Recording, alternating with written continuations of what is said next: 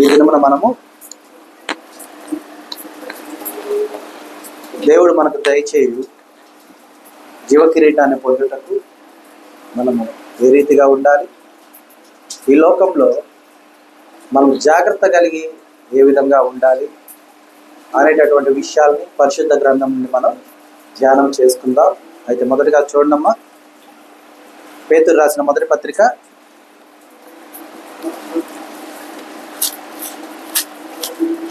పేతురు రాసిన మొదటి పత్రిక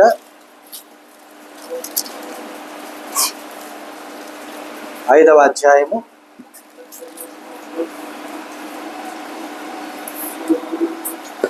8వ వచనం చూడమ్మా. నిర్భరమైన బుద్ధి గలవారై మెలకువగా ఉండు.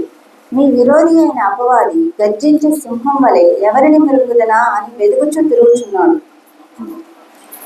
లేఖనాన్ని మనం గమనించినట్లయితే కనుక నిబ్బరమైన బుద్ధి గల వారై మెలకువగా ఉండుడి అంటే ప్రతి విషయంలో మనం చాలా జాగ్రత్తగా ఉండాలి, అలర్ట్గా ఉండాలి. ఎందుకంటే ఈ లోక ఆశలు కావచ్చు, ఈ లోకంలో ఉన్నటువంటి విధానాలు కావచ్చు, మన బలహీనతలు కావచ్చు, మనల్ని పడవేసే విధంగా ప్రయత్నిస్తూనే ఉంటాయి. మనం అనుకోవచ్చు, నేను విశ్వాసంలో బాగా స్థిరంగా ఉన్నాను, విశ్వాస జీవితంలో పటిష్టమైనటువంటి విధానాన్ని నేను కలిగి ఉన్నాను అని మనం అనుకోవచ్చు. కానీ కొన్ని సందర్భాలు మన బలహీనతలు మనల్ని ఇబ్బంది పెట్టే విధంగా ఉంటాయి, మన ఆశలు మనల్ని ఇబ్బంది పెట్టే విధంగా ఉంటూ ఉంటాయి. కాబట్టి మనము ప్రతి విషయంలో కూడా జాగ్రత్త వహించాలి, నిబ్బరమైన బుద్ధి గలవారమై ఉండాలి, మెలకువగా ఉండాలి. ప్రతిదాన్ని కూడా పరిశోధించే విధంగా మనం ఉండాలి, ప్రతి విషయాన్ని కూడా క్షుణ్ణంగా పరిశీలించాలి, లోతైన విధానాన్ని ఆలోచించే విధానాన్ని మనం కలిగి ఉండాలి. ఎందుకు అంటే కనుక చూడండి, మీ విరోధి అయిన అపవాది ఎలా ఉన్నాడమ్మా, గర్జించు సింహము వలె ఎవరిని మృంగుదునా అని వెతుకుచూ తిరుగుచున్నాడు. అంటే గమనించండి, ఇప్పుడు మనం చూస్తూ ఉంటే కనుక మన ఇళ్ళ మధ్యలో పిల్లులు తిరుగుతుంటాయి. మన పిల్లలు అందరం చూసిన వారమే కదా, ఇళ్ళ మధ్యలో తిరుగుతూ ఉంటాయి. అవి వేటి కోసం తిరుగుతుంటాయి? ఎలుకల కోసం. అదే ఒక మాటలో చెప్పండి, దాని ఆహారం కోసం తిరుగుతుంటాయి. లైక్ ఎలుకలు కావచ్చు, లేదంటే ఎవరింట్లో ఉన్న పాలు కావచ్చు, పెరుగు కావచ్చు, రైస్ కావచ్చు, ఏదైనా సరే వాటి కోసం అవి తిరుగుతూ ఉంటాయి. అంటే దాని అర్థం ఏంటి? అవి సెర్చ్ చేస్తూ ఉంటాయి, అంటే క్షుణ్ణంగా పరిశీలిస్తూ ఉంటాయి. అలాగే అపవాది కూడా మనకు ఏ బలహీనత ఉంది, ఏ బలహీనతతో వీరిని మృంగాలి, ఏ ఆశ కలిగి వీరున్నారు, ఏ ఆశను వీరికి చూపించి వీరిని మృంగాలి. అంటే లైక్ ఆశ అంటే ఏం లేదు, ఎర, మనకు వేసే ఎర అనమాట, అపవాది వేసే ఎర. అందుకే దేవుడు చెప్తూ ఉన్నాడు, మీ విరోధి అయిన అపవాది గర్జించు సింహం వలె ఎవరిని మృంగుదునా అని వెదుగుచూ తిరుగుచున్నాడు. కాబట్టి మీరు ఎలా ఉండాలి? నిబ్బరమైన బుద్ధి గలవారమై ఉండాలి, అలాగే మెలకువగా ఉండాలి. అంటే లైక్ అంటే అర్థం ఏంటంటే అలర్ట్గా ఉండాలి, నిద్రపోకుండా ఉండాలి కాదు, అలర్ట్గా ఉండాలి. అంటే మనం కొందరు మోసపోతూ ఉంటే వాళ్ళని అంటూ ఉంటాం కదా, అరే మీకు ఏం తెలియదు అంటాం, లోక జ్ఞానం లేదురా.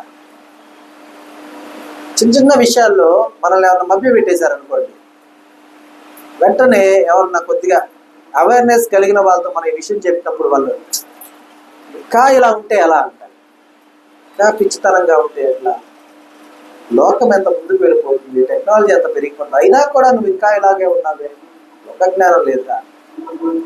అటువంటి అంటే అలర్ట్, మెలకువగా ఉండటం అంటే లోక జ్ఞానాన్ని చూడటం. అయితే లోక జ్ఞానాన్ని అనుసరించి నడుచుకోకూడదు. అందుకే నిబ్బరమైన బుద్ధి గలవారమై ఉండాలి. అర్థమైందమ్మా? జాగ్రత్త వహించేవారుగా ఉండాలి. కనుక మనం ఎప్పుడు కూడా నిబ్బరమైన బుద్ధి గలవారమై మెలకువగా ఉండి అపవాది వేయు అగ్ని బాణముల్ని మనం ఏం చేయాలి? తిప్పికొట్టేవారుగా ఉండాలి.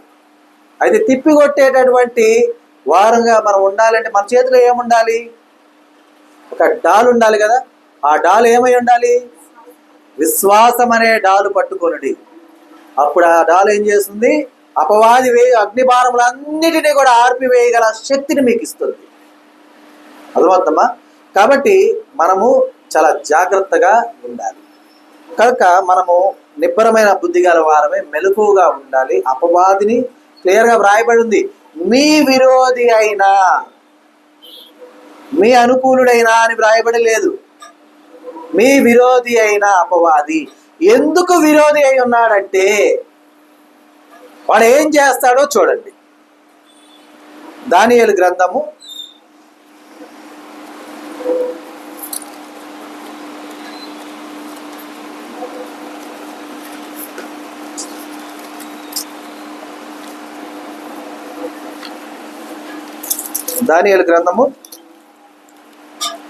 11వ అధ్యాయము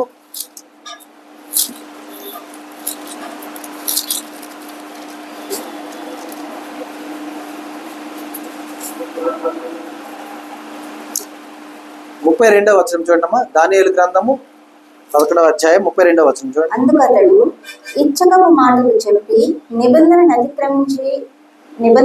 అతిక్రమించు వారిని వశపరుచుకొనెను. అయితే తమ దేవుణ్ణి నెరుగు వారు బలము కలిగి గొప్ప కార్యములు చేసేదారు. మనల్ని అలర్ట్ గా ఉండమన్నారు కదా. నిబ్బరమైన బుద్ధి కలిగిన వారమై ఉండాలి. ఎందుకంటే మన విరోధి అయిన అపవాది ఎవరిని మృంగుదరా అని గర్జించి సింహం వలె తిరుగుతున్నాడు. ఎలా తిరుగుతున్నాడు తెలుసా? ఏం చేస్తాడో చూడండి. ఇచ్చకపు మాటలు చెప్పి, ఇచ్చకపు మాటలు అంటే అర్థం ఏంటి? మనకు అనుకూలమైన మాటలు. అర్థమైందా? మనకు అనుకూలమైన మాటలు చెప్పి, మనకి ఏదైతే ఇష్టం అని, మనకు ఈ లోక ఆశ ఏదైతే మనల్ని వశపరుచుకుంటుందో అలాంటి మాటలు చెప్పి మనల్ని ఏం చేస్తాడంటమ్మా? నిబంధన అతిక్రమించు వారిని వశపరుచుకొనును. అంటే ఇప్పుడు అపవాది ఇచ్చకపు మాటలు చెప్పాడు, మనం మెలకువగా ఉన్నాం. అంటే ఆ మాటలకు మనం పడిపోలేదు. అప్పుడు మనం ఎలా ఉన్నాం? నిబంధనను అనుసరించిన వారుగా ఉన్నాం. కానీ అపవాది చెప్పినటువంటి ఇచ్చకపు మాటలకు లోబడిన వారు, నిబ్బరమైన బుద్ధి లేని వారు, మెలకువ కలిగి లేని వారు ఏమైపోతారు? అపవాది చెప్పు మాటలకు లోబడిపోతారు. అలా లోబడ్డ వారు ఏం చేస్తున్నారు? నిబంధన అతిక్రమిస్తారు వారు. అర్థమైందా? నిబంధన అతిక్రమించు వారిని వశపరుచుకొనును. నిబంధన అతిక్రమించామంటే ఇక మనం ఎవరికి దూరంగా ఉన్నామని అర్థం? దేవునికి దూరంగా ఉన్నాం. మరి నిబంధనలు అతిక్రమించు వారిని అపవాది ఏం చేస్తున్నాడు? వశపరుచుకుంటున్నాడు. కాబట్టి మనము చాలా జాగ్రత్త వహించిన వారుగా మనం ఉండాలి. దేవుని యొక్క జ్ఞానాన్ని పొందుకున్న వారమే మనం. దేవుడు మనకు ఇస్తాడు, ఆలోచన ఇస్తాడు, మంచి ఆలోచన ఇస్తాడు, మంచి ఆలోచన చెప్పి మనల్ని నడిపిస్తాడు. అయితే మనం పడిపోయే వారుగా ఉండకూడదు. ఇది గమనించాలి. ఆలోచన చెప్పిన దేవుడు మనల్ని నడిపించే దేవుడై ఉన్నాడు. నడిపించే దేవుడు మనకు తోడై ఉండే దేవుడై ఉన్నాడు. అయితే మనం ఏం చేస్తూ ఉంటామంటే తెలియక మనకు చెప్పే ఇచ్చకపు మాటలు, ఏ ఇచ్చకపు మాటలు అంటే మనకి ఇష్టమైన మాటలు చెప్పేటటువంటి ఆ ఆలోచన వైపు మనం మొగ్గేమంటే మనం నిబంధనను అతిక్రమించే వారుగా ఉంటాం. నిబంధనను అతిక్రమించిన వారందరూ కూడా అపవాదికి ఏమైపోతారు? వశమైపోతారు. వశము అంటే అర్థమైందంటే వశీకరణ అనే ఒక విద్య ఉంది. అంటే వాస్తవానికి లేదులేండి, కానీ అది గడిచిన దినాల్లో వాడేవారు, వాడుకలో ఉండే పదం. వశపరుచుకున్నారు, వశీకరించారు అంటే ఇంకా వాళ్ళు ఏం చెప్తే అది చేస్తారు. లైక్ ఇప్పుడు హిప్నోటిజం. ఓకేనా? సో మనము అపవాది చెప్తుంది మన చెవిలో ఇచ్చకపు మాటలు, కానీ విన్నట్టు ఉండాలి, కానీ వాటిని అనుసరించేవారుగా ఉండకూడదు. ఎందుకంటే అపవాది చెప్పిన ఇచ్చకపు మాట విని పడిపోయిన వారు ఎవరున్నారు? మన పరిశుద్ధ గ్రంథం ఎవరున్నారు? ఎవరు? అవ్వ. ఏం చేసింది? ఇది నిజమా అనగానే ఆ నిజమేంటో తెలుసుకోవాలి, కుతూహలం, క్యూరియాసిటీ. ఆ క్యూరియాసిటీతో ఏంటి అనగానే దేవుడు ఏ పండు తినొద్దన్నాడా? అవునవునవును చెప్పారు. ఇక్కడ ఇచ్చకపు మాటలు ఏం చెప్పింది? మీరు ఆ పండు తింటే చావనే చావరు. చావురు అనే పదం చాలా సంతోషంగా అనిపించింది. ఆజ్ఞను అతిక్రమించింది, అపవాదికి వశమైపోయింది. వశమైందా లేదా అమ్మా? అదే నిబ్బరమైన బుద్ధి కలిగి ఉంటే, మెలకువగా ఉంటే, నాతో మాట్లాడేది కేవలం నా దేవుడే, అంటే నా యజమానుడు కాకుండా ఇంకొకరు ఎవరైనా నాతో మాట్లాడితే అది నా దేవుడే. ఆ సమయం నా దేవుని స్వరము నాకు తెలుసు కాబట్టి ఈ వినిపిస్తున్న స్వరానికి సమాధానం చెప్పాల్సిన అవసరం నాకు లేదు అని మెలకువగా ఉండుంటే అపవాదికి వశపడేదా? ఆ నిబంధన అతిక్రమించేదా?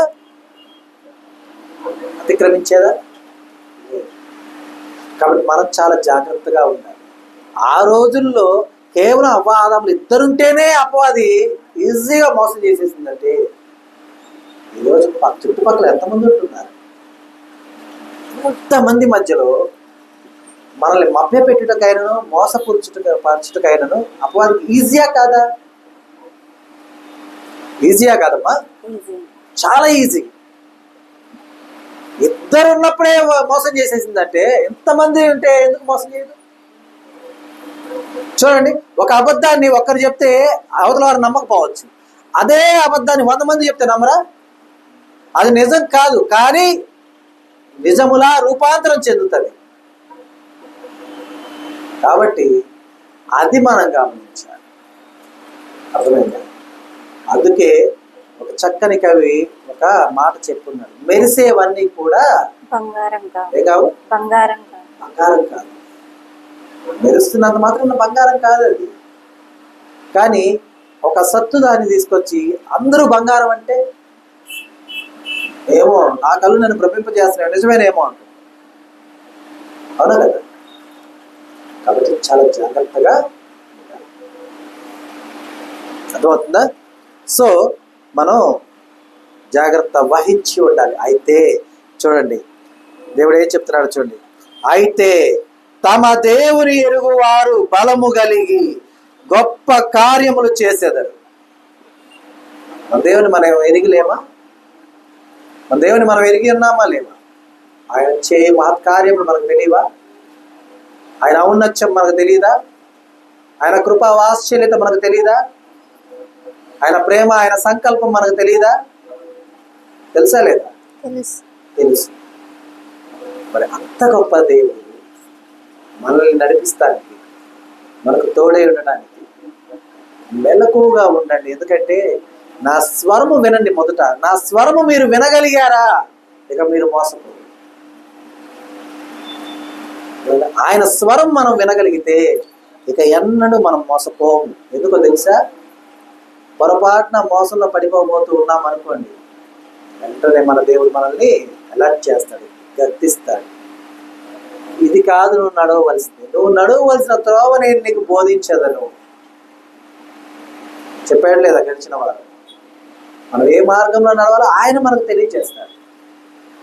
కాబట్టి మనం గమనించాలి. మన దేవుని ఎరిగిన వారుగా మనం ఉండాలి. దేవుని ఔన్నత్యాన్ని మనం గుర్తెరిగిన వారుగా ఉండాలి. లోకం మనల్ని బాధించవచ్చు, లోకం మనల్ని మభ్యపెట్టవచ్చు, లోకం మనకు ఆశలు కలిగించవచ్చు, లోకం మనల్ని పడవేయడానికి అహర్నిశల కృషి చేయవచ్చు. కానీ నీ కుడి పక్కన 1000 మంది పడినను, నీ ఎడం పక్కన 10,000 మంది పడినను నీవు కదిలించబడవు, నీకు ఏ హాని కలగదు. ఎందుకు? నీ దేవుడైన యెహోవా నీకు తోడై ఉండగా నీకు విరోధంగా వర్తిల్లు ఏ ఆయుధం కూడా వర్ధిల్లదు. నీకు విరోధంగా రూపుపడినటువంటి ఆయుధం ఏది కూడా వర్ధిల్లదు. నీ ఎదుట ఎవరును ఏం చేయలేదు, నిలువజాలరు. అర్థమైందా? కాబట్టి గమనించాలి, మనం దేవుని ఎరిగి ఉండాలి, గొప్ప కార్యములు చేసేవారుగా మనం ఉండాలి. అనతి కాలములో దేవుని ఎరిగినటువంటి ఆయన చేసిన గొప్ప కార్యం తెలుసా? జస్ట్ స్పాన్ ఆఫ్ మినిట్స్లో ఒక ఆయన గొప్ప కార్యం ఒకటి చేశాడు. ఎవరి కళ్ళు ఎదుటో చేయలా, ఆయన ఆత్మకే చేసుకున్నాడు ఒక కార్యం. ఎవరు ఆయన? సిలువలో ఉన్నటువంటి రెండవ వాడు ఏం చేశాడు చూడండి. ఇక్కడ ఏమని రాయబడి చూడండి. అయితే తమ దేవుని ఎరుగువారు బలము కలిగి గొప్ప కార్యములు చేసేదారు. దేవుని ఎరిగాడు, దేవుని తెలుసుకున్నాడు, బలము పొందుకున్నాడు, ఈ సిలువ నన్నేం చేస్తుంది, ఈ నొప్పి నన్నేం చేస్తుంది, ఈ బాధ నన్నేం చేస్తుంది. గొప్ప కార్యం చేశాడు.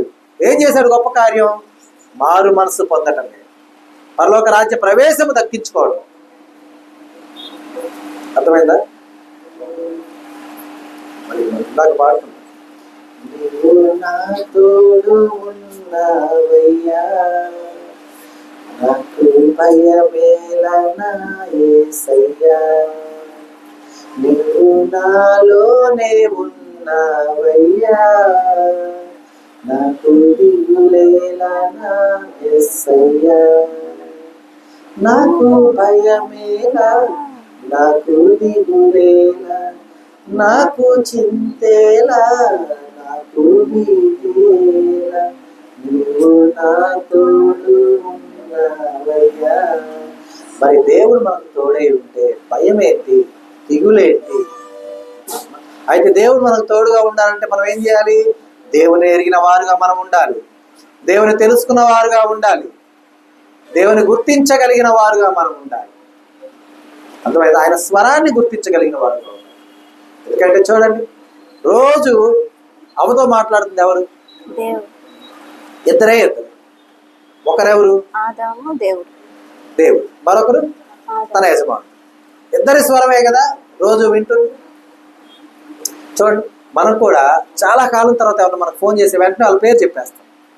వాళ్ళు వెంటనే అంటారు, అరే ఇంకా మేము గుర్తున్నావా అని అంటారా? అంటారా? ఎందుకు? ఆ స్వరము నీ మదిలో నిండిపోయి ఉండగా ఈ స్వరం ఎవరితో నీకు తెలుసు. మరి అక్కడ ఉంది మీరిద్దరే అయి ఉండగా, అయితే ఆదాము మాట్లాడాలా లేదంటే దేవుడు మాట్లాడాలా? ఈ ఇద్దరే మాట్లాడాలి. మరి మూడో స్వరం వినపడగానే నువ్వు అనుకోవచ్చు కదా, ఎందుకంటే మేము తప్ప వేరే నరుడు లేదు, దేవుడు తప్ప వేరే దేవుడు లేదు. మరి మాట్లాడుతున్న మూడో వ్యక్తి ఎవరు? అది పాము కావచ్చు, ఏదైనా కావచ్చు. మాట్లాడుతున్నారంటే మూడో స్వరము వినపడుతుందంటే అది ఎవరు? మనం గమనించాలి. కనుక గుర్తుపెట్టుకోండి, దేవుని ఎరిగిన వారుగా మనం ఉంటే కనుక మనం బలము పొందుకుంటాం, అదేవిధంగా గొప్ప కార్యాలు చేస్తాం. అవి గమనించాలి. అలాగే చూడమ్మా, అపోస్తులైన పౌలు కొరింథీయులకు రాసిన మొదటి పత్రిక 16వ అధ్యాయం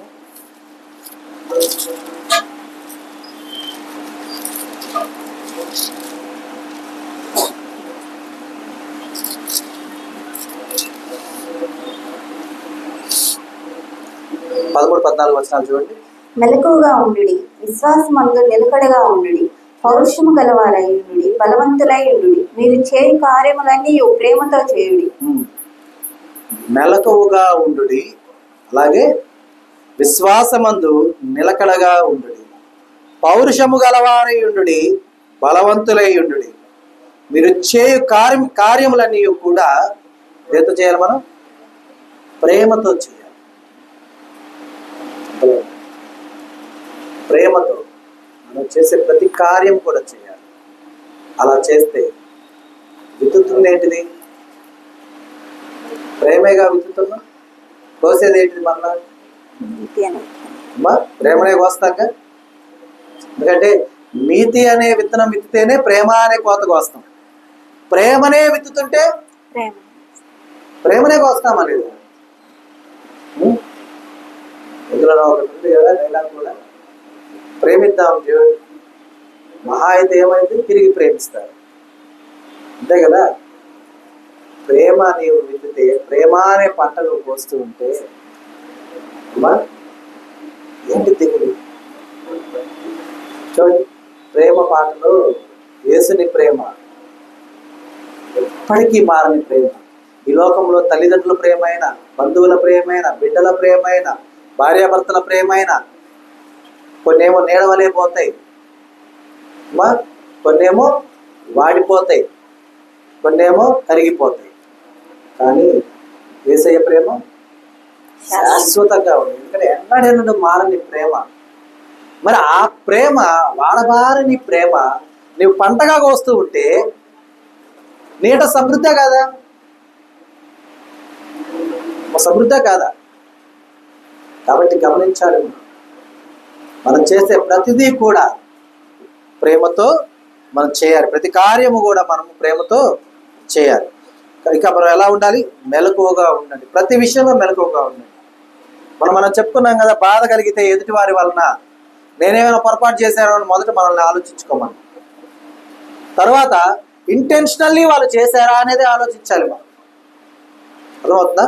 అలాగే ఎందుకంటే అపవాది మనల్ని ఎలాగైనా మోసం చేయడానికి, మన బలహీనత విషయంలో, మన ఆశల విషయంలో మనల్ని మభ్యపెట్టడానికి ఎప్పుడు కూడా అది వెతుకుతూ ఉంటుంది. కాబట్టి గమనించాలి.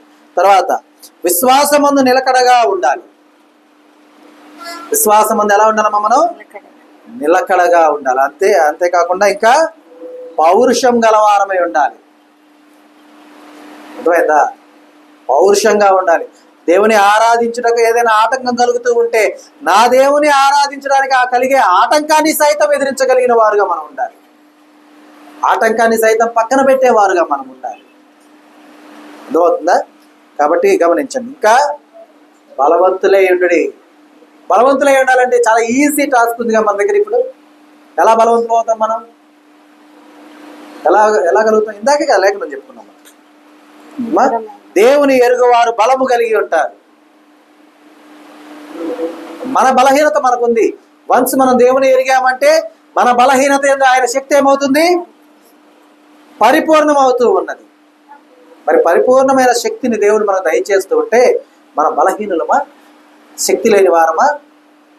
ఏమా కాదుగా. గమనించాలి. అలాగే చేసే ప్రతి కార్యము కూడా ప్రేమతో చేసేవారుగా మనం ఉండాలి. అర్థమైందా? అలా చేస్తూ మనం ఉంటే ఎలా ఉంటుందో చూడండమ్మా. 27వ కీర్తన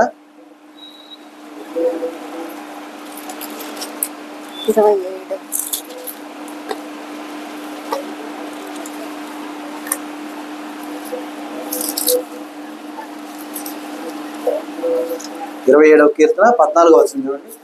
యెహోవా కొరకు కనిపెట్టుకొని ఉండు, ధైర్యము తెచ్చుకొని నీ హృదయమును నిబ్బరముగా ఉంచుకొను. యెహోవా కొరకు కనిపెట్టుకొని ఉండు. మనం కార్యములన్నీ ప్రేమతో చేస్తూ ఉంటే కనుక మనము యెహోవా కొరకు కనిపెట్టుకొని ఉన్నవారుగా ఉంటాము, ధైర్యము తెచ్చుకున్న వారుగా ఉంటాము, అలాగే మన హృదయాన్ని నిబ్బరముగా ఉంచుకున్న వారుగా ఉంటాము. అయితే యెహోవా కొరకు కనిపెట్టుకొని ఉండుము. మన డెస్టినేషన్ ఏంటి అసలు? నిజం చెప్పండి, మన దేవుళ్ళకి ఎందుకు వచ్చాం? నిత్యరాజ్య వారసులు అవటానికే మనం వచ్చాం, అంతే కదమ్మా. మరి దేవుళ్ళలోకి మనం నిత్యరాజ్య వారసులు అవటానికి మనం వచ్చినప్పుడు మనం ఎవరి కొరకు ఎదురు చూడాలి? దేవుని కొరకే కదా కనిపెట్టుకొని ఉండాలి, అవునా కదా? దేవుని ఎరిగిన వారుగా ఉండాలి, ఆయన కొరకు కనిపెట్టుకున్న వారుగా ఉండాలి. మరి ఈ రెండే మన టాస్క్లు అయి ఉన్నాయి. ఒకటి దేవుని ఎరిగిన వారుగా మనం ఉండటం, రెండు దేవుని కొరకు కనిపెట్టుకొని ఉండటం. మరి దేవుని ఎరిగిన వారుగా ఉండాలన్నా, దేవుని కొరకు కనిపెట్టుకున్న వారుగా ఉండాలన్నా, ఈ రెండింటి మధ్య ఉన్నటువంటి ఆ గ్యాప్ని మనం ఏం చేయాలి? జాగ్రత్తగా పరిశీలిస్తూ మనం ఆ విధానాన్ని సంరక్షించుకోవాలి, అవునా? ఆ సంరక్షించుకునే విధానమే ఏమైనదమ్మా? నిబ్బరమైన బుద్ధిని కలిగిన వారుగాను, అలాగే నిబ్బరంగా ఉండే ధైర్యం చెడని వారుగా ఉండాలి మనం. అర్థమైందా? తత్తరిల్లే వారుగా ఉండకూడదు, పౌరుషం గలవారుగా మనం ఉండాలి.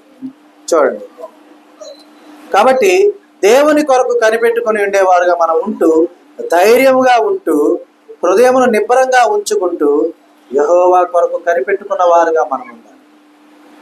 ఎందుకంటే ఆయన కొరకు కనిపెట్టుకున్న వారుగా ఉంటే మనం ఆయన్ని ఎరిగిన వారుగా ఉంటాం కదా, అవునా కదా? దేవుని తెలుసుకున్న వారుగా ఉంటాం. దేవుని తెలుసుకున్న వారుగా ఉంటే మనకేముంటుందమ్మా? బలం ఉంటుందా లేదా? గొప్ప కార్యములు మనం చేయగలమా లేదా? అవునా కదా? చేస్తాం. కాబట్టి మనం పడిపోయేవారుగా కాకుండా నిలబడేవారుగా ఉండాలి, జారిపోయేవారుగా కాకుండా నిలబెట్టగలిగిన వారుగా మనం ఉండాలి. అలా ఉండాలంటే మనం దేవుల్లో ఎదగాలి, ఫలించాలి. నా చుట్టూ ఉండేటటువంటి సమస్యలు, దేవునికి దూరం చేసే సమస్యలు మనకు ఎలా ఉంటాయి అంటే, మనల్ని ఒక బాక్స్లో పెట్టేసి ఇక 4 వైపుల నుంచి పైన క్రింద నుంచి ఆ బాక్స్ దగ్గరకు ఇట్లా జరుగుతుంది అనుకోండి, మన మధ్యలో ఉన్నాం. ఆ గోడలన్నీ దగ్గరికి ఇట్లా జరుగుతున్నాయి అనుకోండి, మనం ఏమైపోతాం? నలిగిపోతామా లేదా? నలిగిపోతామా లేదా? నలిగిపోకుండా ఉండాలంటే ఏం చేయాలి? ఒకటి, బాక్స్ని విరగొట్టాలి, మనం బయటికి రావాలి. లేదంటే బాక్స్ దగ్గరికి క్లోజ్ కాకుండా, షింక్ అయిపోకుండా ఉండడానికి మనం ఏం చేయాలి? బలమైన వారుగా ఉంటూ, ఉమేష్ అన్నాడు ఎట్లా అని, మరి అట్లాగేనేమో అంటే వచ్చే వాటిని ఆపాలి. అలా ఆపాలంటే ఏం కావాలి? బలం కావాలి. బలం ఉంటే ఆపుతాం, బలం లేకపోతే ఆపుతాం. బలం ఉంటేనే కదా. బలం ఉండాలంటే ముందు ఏముండాలి తెలుసా? ఆపాలన్న బలం నీకు ఉండాలంటే ముందు నీకు ధైర్యం ఉండాలి. భయపడకూడదు. కంగారు పడినా, టెన్షన్ పడ్డా నీ శక్తి నీకు తెలియదు, నీ బలం నీకు తెలియదు. అదే ఇది నన్ను ఏం చేస్తుంది అనే ధైర్యంతో ఉంటే దేవుడు ఇంకా బలపరుస్తాడు. నీ చేతులు ఆపుతాయి అంటే అడ్డు పెడతావు. ఎటు 2 వైపులు అడ్డు పెట్టగలవు, 4 వైపులు అడ్డు పెట్టగలవా? పెట్టగలవమ్మా? 2 చేతులు 2 వైపులు అడ్డు పెడితే మరొక 2 వైపులు ఎవరు పెడతారు? దేవుడు పెడతాడు. నిన్ను పూర్తిగా ఆవరించిన దేవుడు ఏ తెగులైనా నీ గుడారాన్ని సమీపించనిస్తాడా? ఏ తెగులు నీ గుడారాన్ని సమీపించు. కాబట్టి మనము ధైర్యం కలిగిన వారుగా మనం ఉంటే, నిబ్బరం కలిగిన వారుగా ఉంటే, మెలకువ కలిగిన వారుగా ఉంటే, టిట్ ఫర్ టాట్ అంటే ఎత్తుకు పై ఎత్తు వేయగలిగినటువంటి వారుగా మనం ఉంటే మనకి ఎలా ఏమొస్తుంది, దేవుడు ఏమిస్తాడో చివరిగా చూద్దాం. అపోస్తుడైన పౌలు తిమోతికి రాసిన 2వ పత్రిక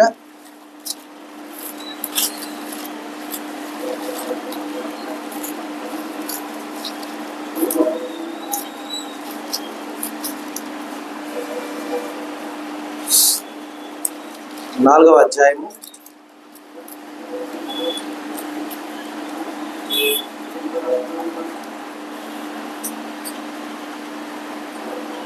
8వ వచనం చూడమ్మా. ఇక మీదట నా కొరకు నీతి కిరీటం ఉంచబడి ఉన్నది.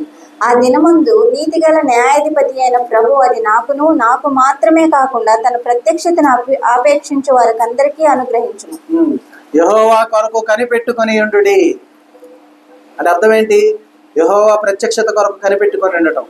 అలాగున ఉన్నటువంటి వారికి దేవుడు ఏమిస్తున్నాడు చూడండి. ఇక మీదట నా కొరకు నీతి కిరీటం ఉంచబడి ఉన్నది. ఆ దినమందు నీతి గల న్యాయాధిపతి అయిన ప్రభు అది నాకును, నాకు మాత్రమే కాకుండా తన ప్రత్యక్షతను ఆపేక్షించు వారందరికీ అనుగ్రహించును. అంటే మనం ఎలా ఉంటే ఆయన ప్రత్యక్షతను ఆపేక్షిస్తామమ్మా? భయపడేవారుగా ఉంటేనా? కృంగిపోయేవారుగా ఉంటేనా? కృషించిపోయేవారుగా ఉంటేనా? నశించిపోయేవారుగా ఉంటేనా? కలవరపడేవారుగా ఉంటేనా? అపవాది మోసానికి గురైపోయిన వారుగా ఉంటేనా? అపవాదికి వశపడిపోయిన వారుగా ఉంటేనా? కాదు కదా. ఎవరికి? నిబ్బరమైన బుద్ధి కలిగి మెలకువగా ఉన్నటువంటి వారికి, దేవుని కొరకు కనిపెట్టుకున్న వారికి, ప్రేమతో కార్యములన్నీ చేయు వారికి దేవుడు నీతి కిరీటాన్ని దయచేస్తున్నాడు. ఆయన కొరకు కనిపెట్టుకున్నటువంటి వారికి. చూడండి ఎంత చక్కగా, ఎంత బాగా పౌలు గారు రాస్తున్నారు. ఇక మీదట నా కొరకు నీతి కిరీటం ఉంచబడి ఉన్నది. మరి మనం కూడా గర్వంగా చెప్పుకునేవారు ఉన్నాం కదా, నా కొరకు నీతి కిరీటం ఉంచబడి ఉన్నది. ఆ దినముందు నీతి గల న్యాయాధిపతి అయిన ప్రభు అది నాకును, నాకు మాత్రమే కాదు, ఇంకా ఎవరికి? తన ప్రత్యక్షతను ఆపేక్షించు వారందరికీ కూడా అనుగ్రహించును. నీతి కిరీటాన్ని మనం పెట్టుకుని ధరింపజేసుకున్నాం అనుకోండి అమ్మా, గొప్ప కార్యం కాదా అది? అవునా కాదా? గొప్ప కార్యమే కదా. యెహోవా కొరకు కనిపెట్టుకొని ఉన్నాం, యెహోవాని ఎరిగి ఉన్నాం. దేవుని ఎరిగిన వారికి బలము దయచేయబడుతుంది. గొప్ప కార్యములు వారు చేశారు. ఎలాగా? నూతన బలమును పొందుకొని పక్షిరాజు వలె రెక్కలు చాచి ఎగిరేవారుగా ఉన్నామా? అలా కదా. కాబట్టి మనం మోసపోకూడదు. మనం మోసపోతే మోసం చేసేవాడి గొప్పతనం అని వాడు విన్నబిగుతాడు. అర్థమవుతుందా? మనం మోసపోయామనుకోండి, ఎవరు గొప్ప అనుకుంటారు? మోసం చేసినోడు గొప్ప అనుకుంటాడు. వాడు మనల్ని మోసం చేయడానికి ఇచ్చకపు మాటలు చెప్తూ ఉంటాడు కదా. అంటే మనకి ఇష్టమైన మాటలు చెప్తూ ఉంటాడు, మనల్ని మభ్యపెడుతూ ఉంటాడు. మభ్యపెడుతున్నది ఏంటి? ఇచ్చకపు మాటలు చెప్తున్న ఏంటో మనం ఆలోచించాలి. అందుకే మనకున్న ఫార్ములాని మనం ఫాలో అవ్వాలి. ఏంటి మన ఫార్ములా? దేవుడికి దగ్గరగా. ఎవరైనా ఏదైనా చెప్పినప్పుడు, ఆ పని మనం చేయవలసి వచ్చినప్పుడు, ఆ పనికి వచ్చు ఫలితం ముందుగానే మనం ఊహించాలి. ముందుగానే ఊహించి దానికి వచ్చిన ఆ ఫలితం మనల్ని దేవునికి దగ్గర చేస్తుందా, దూరం చేస్తుందా అని మనం ఆలోచిస్తే, అప్పుడు మనల్ని మనం స్వపరిశీలన చేసుకొని యోగ్యమైన దాన్ని మనం గ్రహించగలిగిన వాళ్ళు. ఒకవేళ ఆ విధానము మనల్ని దేవుడికి దగ్గర చేస్తే మనం అనుసరించాలి, దేవుడికి దూరం చేసేదైతే మనం ఆపేయాలి. కానీ సహజంగా మనంతా ఏం చేస్తుంటాం తెలుసా? ముందు ఆ కార్యం చేసేసి ఆ ఫలితం వచ్చాక మనం బాధపడేవారుగా ఉంటున్నాం. అర్థమైందా? అందుకే దేవుడు కార్యారంభం కంటే కార్యాంతం ఏదమ్మా చెప్పరేంది? కార్యాంతం ఏంటి? మేలా గొప్పదా?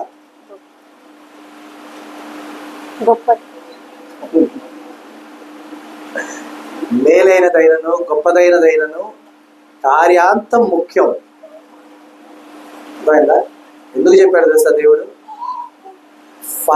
ఫలితము చూడండి. మొదటి రోజు నాట్లు నాటేటటువంటి వారు ఏ రోజు గురించి ఆలోచించి నాటుతారు? 3 నెలల తర్వాత పంట వస్తుంది, అవునా? నా పంట ఎంత బాగా దిగుబడి వస్తుందో, పోయినసారి ఈ నారు వేసిన వారికి బాగా దిగుబడి వచ్చిందని చివరి రోజు గురించి ఆలోచించేస్తారుగా. అదే చివరి రోజు వర్షం పడుద్ది, పంట చేతికి రాదు అని ఈరోజు తెలిస్తే వేస్తారమ్మా? మనం చేస్తుంది అది. చివరి రోజు పంట నాశనం అయిపోయింది, మనం పరిశీలించకుండా చేసే పనులు చివరి రోజు పంట నాశనం అయిపోయిందని తెలిసి మనం వేస్తున్నాం. కానీ పంట వేసే ముందే కనుక మనం ఆలోచిస్తే, పోతుందా ఉంటుందా అని ఆలోచించి జాగ్రత్త చేస్తే ఎలా ఉంటుంది? ఫలితం దక్కుద్దా లేదా కదా? అందుకే మనం ఏదైనా కార్యం చేయటానికి ముందైనా, ఏదైనా విషయాన్ని ఆలోచించడానికి ముందైనా వాటికి వచ్చు ఫలితం ఏంటో మనం ఊహించాలి. ఆ ఫలితం మనల్ని దేవుడికి దగ్గర చేస్తుందా, దూరం చేస్తుందా అని మనం గ్రహించి అడుగు వేస్తే అప్పుడు మనం మంచి ఫలితాన్ని పొందుకుంటాం. దేవుని ప్రేమను పొందుకుంటాం, దేవుని వాత్సల్యతను పొందుకుంటాం, దేవుని ప్రత్యక్షతను పొందుకుంటాం. నీతి కిరీటాన్ని దేవుని స్వహస్తాలతో ధరింపజేసుకోగలిగిన వారుగా, గొప్ప కార్యాన్ని చేయగలిగిన వారుగా మనం ఉంటాం. అర్థమైందా? కాబట్టి ఆ రీతిగా మనం ఉంటూ దేవుళ్ళు ఎదుగుతూ ఫలిస్తూ దేవుడిచ్చినటువంటి నీతి కిరీటాన్ని మనం చేజార్చుకోక ఆయన రాజ్యంలో ఆయన వారసులుగా మనం ఉండాలని, ఆ రీతిగా మనం ఉండుటకై చాలిన జ్ఞానముతోనూ దేవుని యొక్క తోడుతోనూ మనల్ని దేవుడు ముందుకు నడిపించును గాక. ఆమేన్. దేవుడి దినం మనకు అనుగ్రహించిన తన సత్యవాక్కును బట్టి దేవుడికి కృతజ్ఞతాస్తుతులు చెల్లిస్తున్నాడు. దేవుడు తన వాక్యమును దీవించును గాక. ఆమేన్. అందరికీ వందనాలు.